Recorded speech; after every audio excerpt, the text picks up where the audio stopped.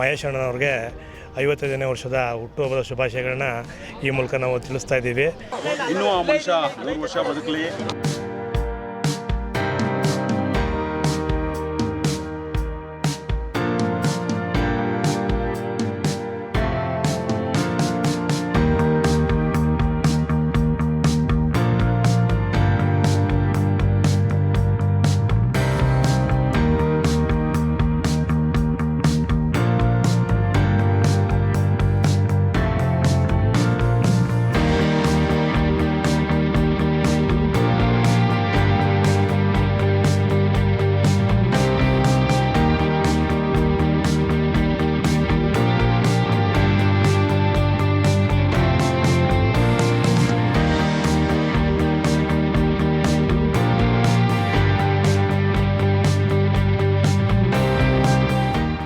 ನಮ್ಮ ಜನಪ್ರಿಯ ನಾಯಕರಾದಂಥ ಮಹೇಶ್ ಅಣ್ಣನವ್ರಿಗೆ 55ನೇ ವರ್ಷದ ಹುಟ್ಟುಹಬ್ಬದ ಶುಭಾಶಯಗಳನ್ನ ಈ ಮೂಲಕ ನಾವು ತಿಳಿಸ್ತಾ ಇದ್ದೀವಿ.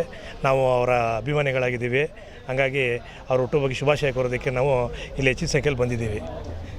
ಅನೇಕ ಸಮಾಜ ಸೇವೆಗಳು ಮಾಡ್ಕೊಂಬರ್ತಾರೆ ಈ ವಾರ್ಡಲ್ಲಿ. ಹೌದೌದು, ಮಹೇಶ್ ಅಣ್ಣವರು ಈ ಭಾಗದಲ್ಲಿ ತುಂಬ ಸಮಾಜ ಸೇವೆಯನ್ನು ಮಾಡ್ತಾಯಿದ್ದಾರೆ. ಹಾಗೆ ಎಷ್ಟೋ ಬಡವರಿಗೆ ಸಹಾಯನ ಮಾಡ್ತಾಯಿದ್ದಾರೆ. ಹಾಗೆ ಸುಮಾರು ಅವರು ಈ ರಿಯಲ್ ಎಸ್ಟೇಟ್ ಮುಖಾಂತರ ಕೂಡ ಬಡವರಿಗೆ ಒಂದಷ್ಟು ಜಾಗಗಳನ್ನ ಮಾಡಿಕೊಡೋದ್ರ ಮುಖಾಂತರ ಒಂದು ರೀತಿಯಲ್ಲಿ ಉತ್ತಮವಾದಂಥ ಕೆಲಸಗಳನ್ನ ಮಾಡ್ಕೊಂಡು ಹೋಗ್ತಾಯಿದ್ದಾರೆ. ಮುಂದಿನ ದಿನಗಳಲ್ಲಿ ಅವರು ಇನ್ನೂ ಹೆಚ್ಚಿನ ರೀತಿಯಲ್ಲಿ ಬೆಳೆದು ದೊಡ್ಡ ನಾಯಕರಾಗಲಿ ಅನ್ನೋದು ನಮ್ಮದೊಂದು ಆಸೆ. ಹೊಸ ವರ್ಷ ಈಗ ನಾಳೆ ಬರ್ತಾ ಇದೆ. ಹೊಸ ವರ್ಷ ಹಾಗೂ ಸಂಕ್ರಾಂತಿ ಹಬ್ಬದ ಶುಭಾಶಯಗಳನ್ನ ಮಹೇಶ್ ಅಣ್ಣವ್ರಿಗೆ ನಾವು ತಿಳಿಸೋಕ್ಕೆ ಇಷ್ಟಪಡ್ತೀವಿ. ಮಹೇಶ್ ಅಣ್ಣವರು ಇನ್ನೂ 100 ವಾರ ಕಾಲ ಚೆನ್ನಾಗಿ ಬಾಳಿ ಬಡವರ ಸೇವೆನ ಮಾಡಲಿ ಅನ್ನೋದು ನಮ್ಮದೊಂದು ಆಸೆ. ನಮ್ಮ ಈ ಶ್ರೀ ಮಹೇಶ್ ಅಣ್ಣ ಅಂತ ನಮ್ಮ ಊರಲ್ಲಿ ಹುಟ್ಟಿದ್ದೇ ನಮ್ಮ ದೊಡ್ಡ ಸ್ಥಾನ. ಅವರು ಬಡವರ ಮಕ್ಕಳಿಗೆ, ಅನಾಥಾಶ್ರಮಕ್ಕೆ, ತುಂಬ ಹೆಲ್ಪ್ ಮಾಡಿದ್ದಾರೆ.